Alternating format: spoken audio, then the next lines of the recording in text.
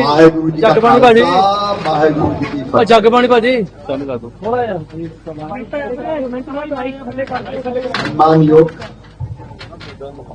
हिंद की चादर श्री गुरु तेग बहादुर जी, जिनके 350वें शहीदी वर्ष पर हरियाणा सरकार 1 से 25 नवंबर तक श्रद्धांजलि स्वरूप राज्य भर में विभिन्न कार्यक्रम आयोजित कर रही है। इसी आयोजन श्रृंखला में हरियाणा सरकार उनकी स्मृति में 4 पवित्र यात्राओं का आयोजन कर रही है, जिसमें पहली यात्रा 8 नवंबर को रोड़ी सिरसा से, 11 नवंबर को गुरुद्वारा गुरु नानक देव जी गोरखनाथ पिंजौर से, 14 नवंबर को फरीदाबाद से और 18 नवंबर को सढौरा यमुनानगर से यात्राएं आरंभ होकर 24 नवंबर को कुरुक्षेत्र पहुंचेगी और 25 नवंबर को होगा इस राज्य स्तरीय पावन आयोजन का समापन समारोह।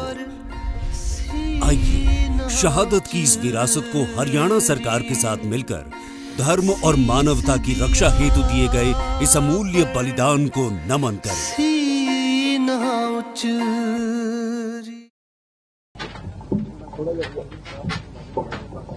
पंजाब के बेटे हमारे वरिष्ठ नेता आदरणीय सुनील जाखड़ जी, मेरे मित्र मिंटू, प्रीति इंदर, जिन्होंने अपनी सरपंची से एक नया इतिहास रचा है।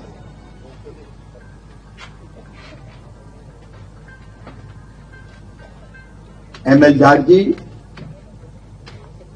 राजवीर जी, बूटा सिंह जी, जाखड़ जी भारतीय जनता पार्टी के अध्यक्ष भी है, जिलाध्यक्ष जी,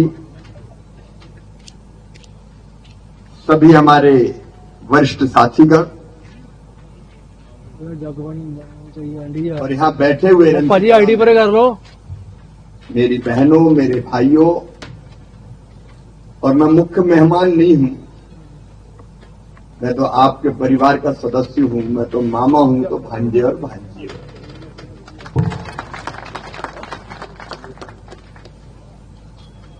मैंने 3-4 दिन पहले रंसी कला के बारे में पढ़ा।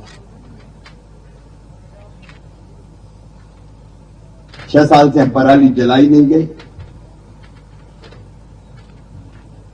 और पराली को बोझ नहीं माना, वरदान बना दिया।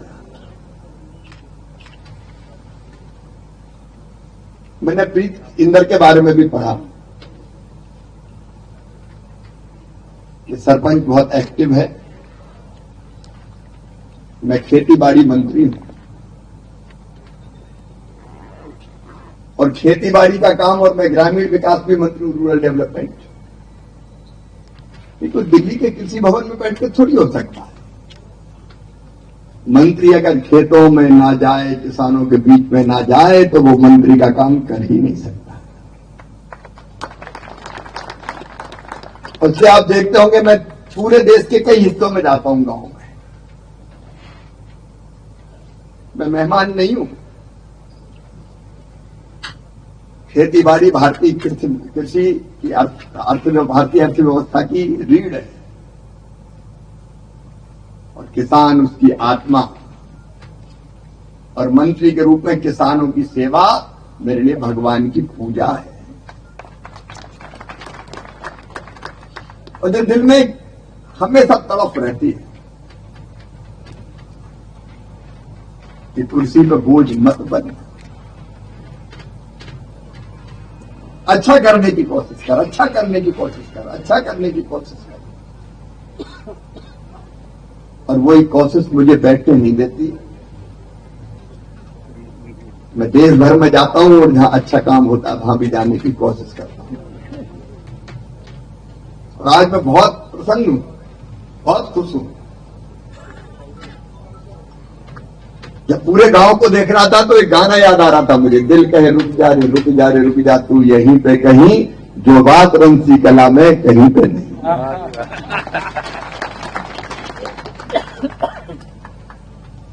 कितने काम किए हैं। कहीं कोई नेता जाए तो सरपंच मांग पत्र लेके खड़ा हो, ये भी दे दो, ये भी दे दो, ये भी दे दो, ये भी दे दो। लेकिन ये गांव ऐसा जो मांगता नहीं है, देता है।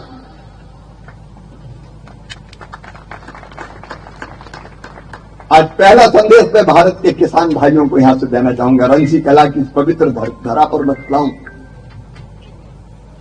गुरुओं की इस पवित्र भूमि पर। पराली आज देश भर में जलती है।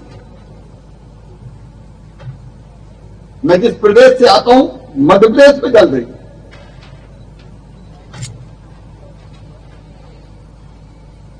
पराली जलाने से फायदा क्या है?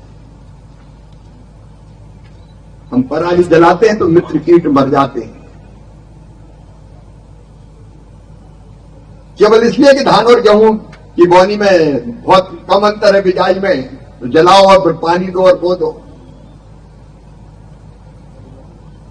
कई वैज्ञानिक प्रयोग हुए जिन्होंने यह सिद्ध किया है कि पराली बोझनीय, पराली वरदान बनाई जा सकती, जैसे रंसी कला ने बनाई।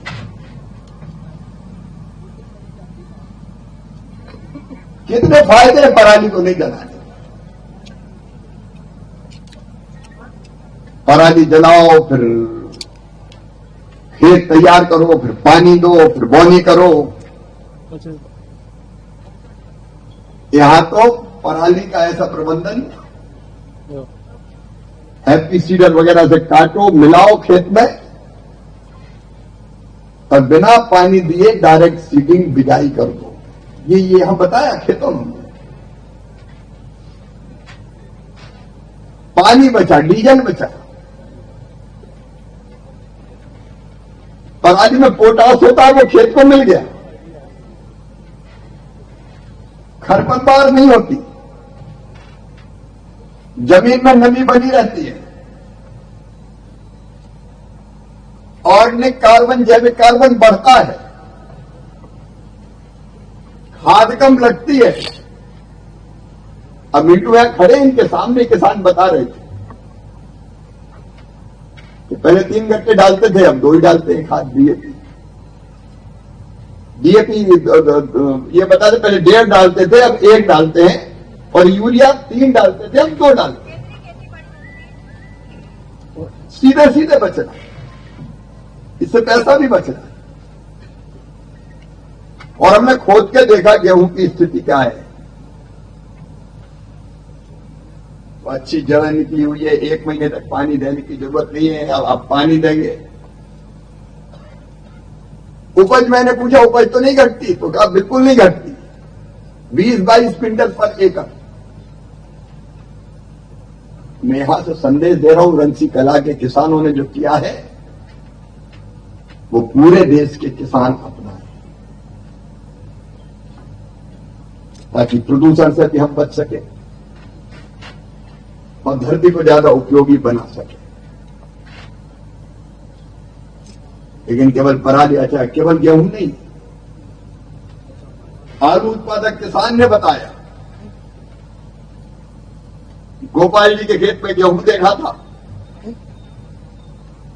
आलू जो लगा रहे थे किसान का, उन्होंने मुझे बताया, अवतार जी ने,